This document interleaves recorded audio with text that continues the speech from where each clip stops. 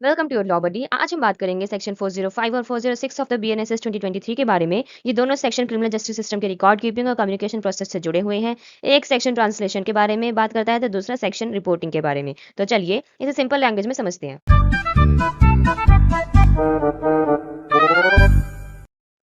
Section 405 बात करता है judgement when to be translated. ये सेक्शन सिंपल है लेकिन प्रैक्टिकल इंपॉर्टेंस रखता है। इसके अकॉर्डिंग एक ओरिजिनल जजमेंट होता है वो केस रिकॉर्ड के साथ फाइल किया जा सकता है, लेकिन अगर वो जजमेंट कोर्ट की लैंग्वेज से अलग है, कोर्ट की लैंग्वेज से अलग लैंग्वेज में लिखा गया है और कोई भी पार्टी एक्यूज या फिर प्रोसिक्यूशन चाहे तो उस जजमेंट की ट्रांसलेशन कोर्ट की लैंग्वेज में रिकॉर्ड के साथ ऐड किया जाएगा।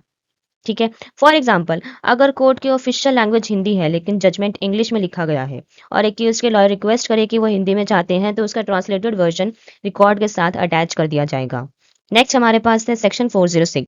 सेक्शन 406 में एक एडमिनिस्ट्रेटिव रिक्वायरमेंट दी गई है। ये कहता है कि अगर कोई केस जो है वो कोर्ट ऑफ सेशन या फिर चीफ जुडिशियल मजिस्ट्रेट के सामने ट्राई हुआ है तो उन्हें अपनी फाइंडिंग और उसी के साथ सेंटेंस डिस्ट्रिक्ट मजिस्ट्रेट को भेजना होता है जिसका जुरिसडिक्शन में ट्रायल कंडक्ट हुआ था। फॉर एग्जांपल, एक मर्डर केस हुआ था, डिस्ट्रिक्ट ए के सेशन कोर्ट में डिसाइड हुआ था वो। ठीक है, तो उसकी जजमेंट और सेंटेंस कॉपी डिस्ट्रिक्ट ए के डिस्ट्रिक्ट मजिस्ट्रेट को भेजना मैंडेटरी है।